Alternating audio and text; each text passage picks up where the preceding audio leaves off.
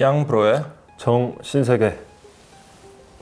네, 안녕하세요. 정신건강학과 전문의 양재진입니다. 네, 양떼들 안녕. 정신과사 양재욱입니다. 오늘은 전지적 의사 시점이죠. 과로사에 대한 이야기. 네, 안타까운 일이 많이 벌어졌어요. 그러니까요. 한 자동차 회사, 우리나라 최고의 자동차 회사에서 팀장급 디자이너가 자살을 했습니다. 팀장급으로 승진은 했는데 주말에도 이제 집에 못 갈 정도로 과로에 시달렸고 조울증, 우울증, 공황장 이렇게 진단을 받았다고 하고요. 사건 1년 전인데 최근에 이제 이슈가 됐다라고 합니다. 종종 기사에 나왔던 택배 근로자분들의 과로사. 현재까지 누적 21분의 택배 근로자분들이 과로사로 사망을 하셨다고 하죠. 아, 이게 참 요즘에 좀 안타까운 게 택배 하시는 분들이 내가 그때그때 이걸 수락을 안 하면은 일거리가 안 떨어지는 시스템으로 지금 구축이 되어 있대요. 그리고 지금 택시도 빨리빨리 내가 수락을 해야지 안 그러면 나한테 배정이 또 안 되는 시스템으로. 그러니까 이 시스템 자체가 계속 쉬지 않고 일을 해야 내가 일을 더 많이 해서 돈을 더 많이 벌 수 있는 구조 자체로 지금 가고 있기 때문에 이 시스템이 뭔가 좀 바뀌어야 되지 않나. 이제 사회적인 목소리가 생길 수 있는 발판이 되고 있는 것 같습니다. 집에 올 때 아니면 출근할 때 뭐 엘리베이터에서 네. 거의 24시간 택배분들을 뵙는 것 같아요. 만나죠. 네. 네. 거의 대부분은 다 너무 지쳐 계세요. 맞아요. 네. 정말로 많이 지쳐 계시는. 그 먼저 얘기했던 팀장으로 승진했다 돌아가신 디자이너 분을 보면은 업무량이 과도했다고 하죠. 네. 근데 이분이 이제 조울증 진단을 또 받았거든요. 그러니까 조울증에서 조증 상태일 때 조증으로 가기 전에 이제 경조증의 상태에 있으실 때가 있거든요. 이때는 퍼포먼스가 굉장히 좋아지죠. 네. 그래서 사회적으로 어떤 과업이라는 거를 막 성취를 하게 되는 경우들이 있는데 이래서 팀장까지 승진을 하셨다가 사실은 그 단계를 넘어가서 이제 조증까지 갔고 그 이후에 이제 깊은 우울증도 오고 이러면서 어떤 극단적인 선택으로 이어지지 않았을까. 이제 이럴 가능성도 우리는 생각을 해봐야 되겠다. 과로 때문에 힘들어서 뭐 이런저런 병이 생길 수도 있지만 두 가지 가능성 모두 열려 있는 것 같습니다. 이분에 대한 정보가 극히 제한적이기 때문에 혹시나 이걸 보시고 이제 만약에 그게 아니다라고 생각을 하시는 분도 있을 수 있어요. 네. 저희가 뭐 어떤 누구의 편을 들거나 이런 건 아닙니다. 그러니까 왜냐하면 이분이 조증, 그다음에 우울증, 공황장애 진단을 받았다라는 정보를 저희가 들어가지고 네. 그거에 대해서 설명을 드리는 건데 조증 같은 경우도 그럴 수 있고요. 혹은 우울증과 공황장애가 있는 상황에서 네. 당연히 집중력 저하가 생깁니다. 단기 기억력도 감퇴가 되고요. 그러다 보면은 직업 능력 자체가 저하가 되게 됩니다. 그러니까 저희 환자분들도 보면은 항상 매일 늦게 퇴근하는데 이유가 예전 같으면 한두 시간에 끝낼 일을 4시간, 5시간, 6시간 동안 잡고 있어도 그 일이 안 끝나는 거예요. 그러니까 어떻게 보면 조증이 생기고 우울증이 확 오면서 과로를 할 수밖에 없는 이제 그럴 수도 그런 있어요. 가능성도 열려 있는 거죠. 네, 뭐 이런 정신과적 질환에 의한 증상으로 어떻게 됐다라는 건 저희가 이제 그냥 생각을 해본 거고 과로사까지는 아니더라도 과로에 시달릴 분들 워낙 많잖아요. 맞아요.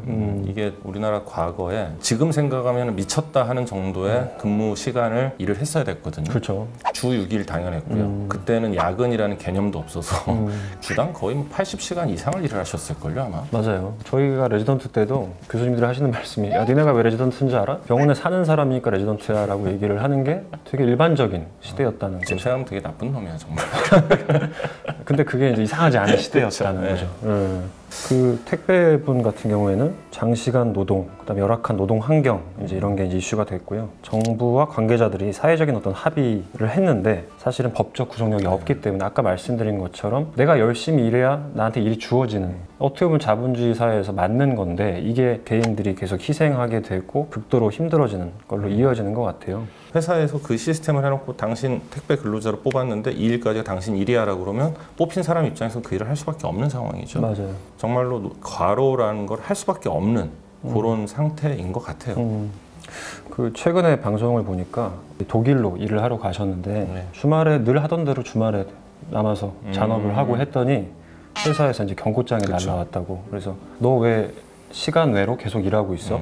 열흘간 회사 나오지 마라는 식으로 이제 페널티를 줬다라는 거죠. 그러니까 자율적으로 내가 일을 할 수 있게 해주고 그 일에 대한 성과에 대한 보상은 완벽하게 해주되 그 자율성이 건강을 해치는 수준이 됐을 때는 제재를 가할 수 있는 이제 그런 시스템이 갖춰진 곳이 진짜 선진국이 아닐까 이런 생각이 좀 들었어요. 근데 아무튼 오늘 하고 싶은 얘기는 과로사를 유발하는 어떤 질환들이 있을까 한데 일단 우리가 종종 얘기하는 번아웃 증후군이라고 그렇죠. 하죠. 예. 그 정신분석가가 처음으로 이 단어를 썼는데 누굴 대상으로 이 진단명을 처음 붙였냐면은 상담가 분들을 대상으로. 그러니까 상담가 분들이 끊임없이 반복적으로 상담을 하다 보니까 내 영혼을 갈아 넣었다 이런 얘기들을 저희끼리 농담처럼 많이 하는데 공통적으로 나타난 그 증상을 묶어서 이제 번아웃 증후군이다라고 맞아요. 명명을 처음 했다고 하더라고요. 그러니까 이 감정 노동하시는 분들이 특히 심한 것 같아요. 사람한테 계속 힘드니까 사람 보기가 싫어지고 사람을 안 만나고 싶어지면서 고립되게 되고 고립되면서 이제 우울감이 생기고 우울증이 심해지고 이 패턴으로 많이 가게 되는 것 같거든요. 내 감정 상태가 내 정서 상태가 어떤지를 계속 점검하시는 게 필요한데 이 상담사들이 그랬다라고 하니까 참 슬프네요.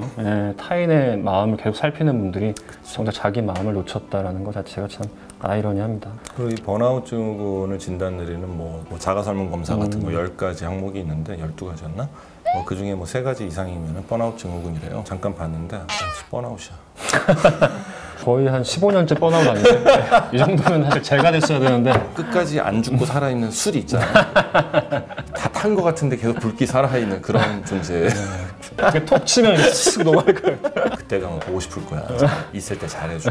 사실은 이제 호플리스 상태가 되는 거예요. 더 나아질 게 없다라는 상태가 이제 어느 순간 왔을 때 사람이 더 이상 헤엄치려고 하지 않는 거죠. 그냥 물에 쫙 가라앉는 거거든요. 이 일상이 계속해서 반복되고 이 스트레스는 계속 똑같은 상태로 쭉 가다 보면 처음에는 버티던 것들이 어느 순간 버틸 수 없는 때가 오거든요. 그럴 때 우리가 이제 우울증이라는 게 옵니다. 굉장히 유명한 쥐 실험이 있는데 그러니까 쥐에게 이제 계속해서 전기 자극을 줘요. 쥐를 아프게 해요. 앞에 레버도 눌러보고 막 벽도 긁어보고 돌아다녀도 보고 별짓을 다 해요. 근데 내가 무슨 짓을 해도 전기 자극이 계속 오다 보면은 나중에는 애가 그냥 가만히 있습니다. 그게 학습된 절망감 이론이라는 건데 우울증이 발병되는 하나의 어떤 메커니즘으로 보거든요. 네. 사람도 마찬가지죠. 그런 상황 속에 빠져 있을 때 이제 우울증이 오게 되고 번아웃이 되게 되는 거죠. 2가지 말씀을 드리고 싶은데 하나는 이제 우울증에 빠지는 분들의 공통점이라고 해야 될까요? 패턴이 정해져 있는 분들이 우울증에 잘 가는 것 같아요. 그래서 사회적인 어떤 역할이 1가지가 있는 사람과 5가지가 있는 사람을 비교했을 때 5가지 역할을 하고 있는 사람들이 훨씬 피곤할 것 같고 훨씬 더 우울해지기 쉬울 것 같다고 생각하지만 실제로는 역할이 다양한 사람들이 훨씬 덜 우울하다고 합니다. 1가지 역할만을 해야 되는 사람들은 그 1가지를 잘 못하게 됐을 때 우울해지기가 되게 쉬운데 역할이 많은 사람들은 이 1가지가 잘 안 되더라도 다른 1가지에서도 뭔가를 나를 찾고 보상작용을 할 수가 있어서 내가 사회적으로 역할이 적다, 변화가 없는 역할을 계속해서 수행하고 계신 분들은 내 역할을 내 의지로 좀 늘릴 필요가 있다라고 이해하시면 돼요.